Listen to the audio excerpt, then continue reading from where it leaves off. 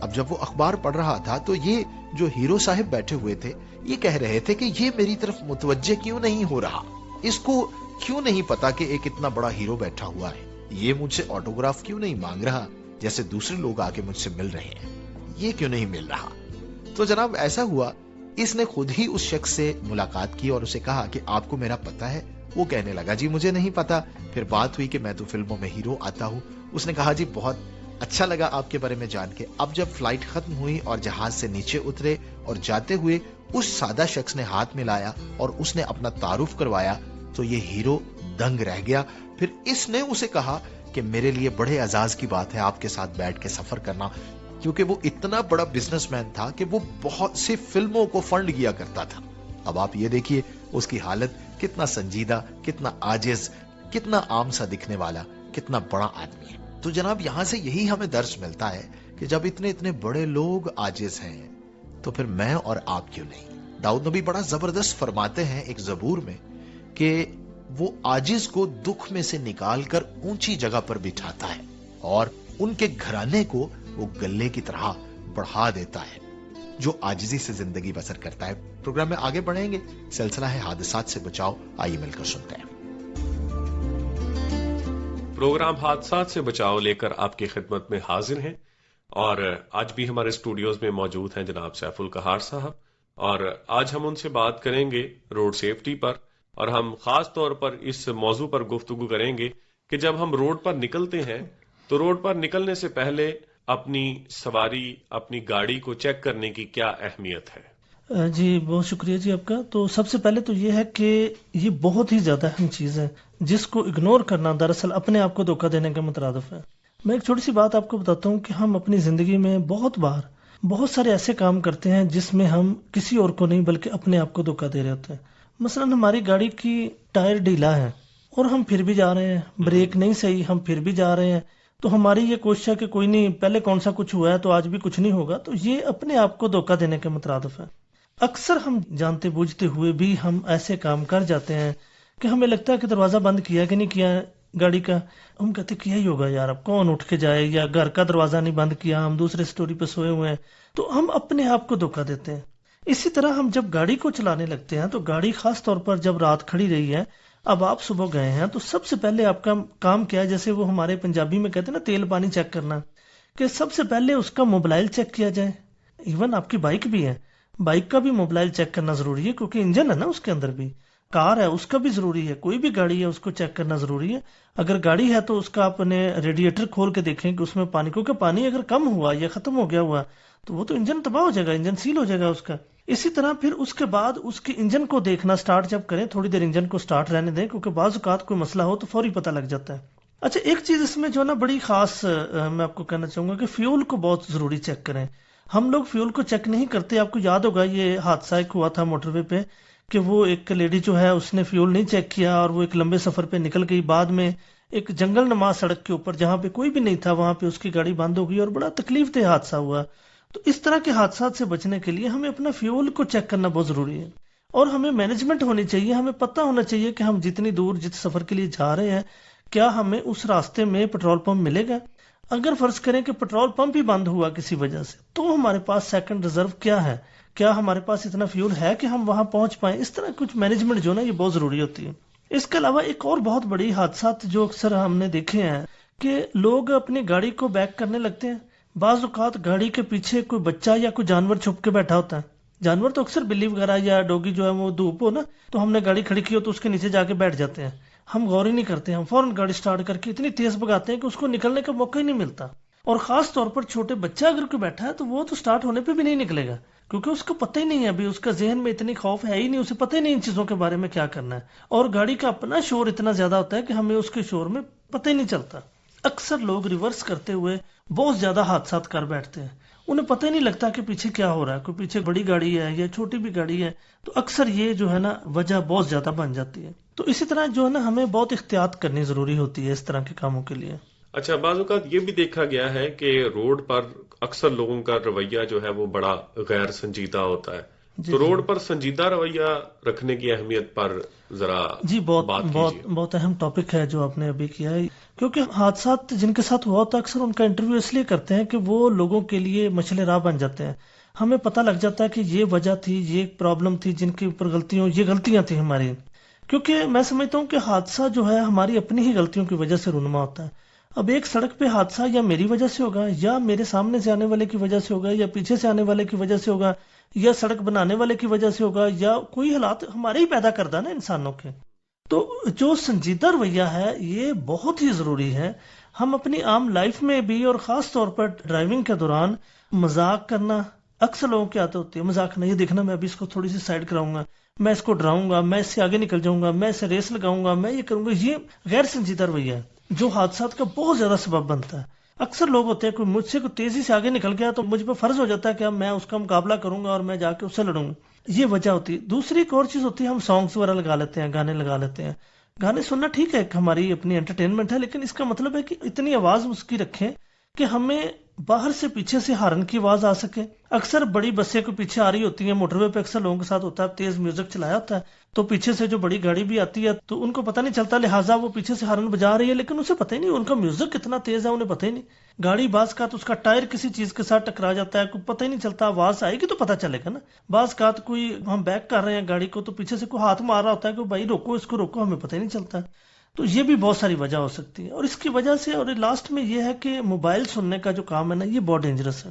Mobile, کیونکہ جب ہم موبائل پہ بات کر رہے ہوتے ہیں نا تو دراصل ہم کسی دور کے شخص کے ساتھ ایک پوری گفتگو کر رہے ہوتے ہیں اور ہمارا جو ہے 60% انٹینشن ہماری اس بندے کی طرف ہوتی ہے. یعنی کہ اگر میں موبائل پہ بات کر رہا ہوں نا تو سمجھو کہ میں 60% میری توجہ، میرا دماغ اس کے ساتھ بزی ہے. باقی 40% جو ہے وہ بچا ہے میرے پاس، جن میں سے 5% میرا میوزک ہے، 5% میں ادھر ادھر دیکھ رہا ہوں، اور باقی جو ہے 20% جو ہے وہ یا 30% جو ہے وہ میں ٹریفک پہ توجہ دے رہا ہوں. صرف یہ نہیں کہ ہمارا ہاتھ بزی ہوتا ہے. آپ اکثر لوگ کہتے ہیں جی ہینڈ فری لگا لیں. میں کہتا ہوں کچھ بھی نہ کریں، کیونکہ آپ کا دماغی جو توجہ وہ تو ساری اس کی طرف مبذول ہے. تو لہٰذا یہ چیزوں پر بہت زیادہ خیال کرنا چاہیے.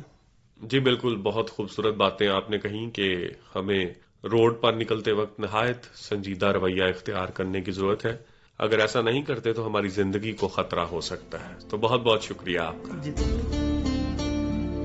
جی جناب، امید ہے کہ آج کا پروگرام اچھا رہا، گفتگو بھی اچھی رہی، اور میں آپ سب سے پھر سے گزارش کرنا چاہوں گا کہ ضرور ہمیں فیڈ بیک دیجیے گا.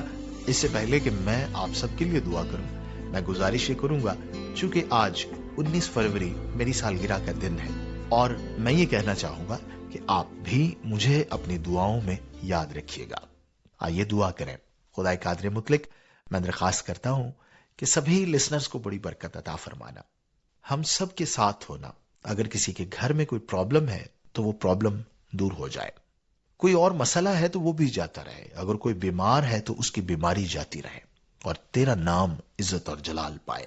خداوند یسوع مسیح کے نام سے آمین. اپنا بہت خیال رکھیے گا جی. اجازت دیجیے اپنے ہوسٹ جوشوا کو. خدا حافظ.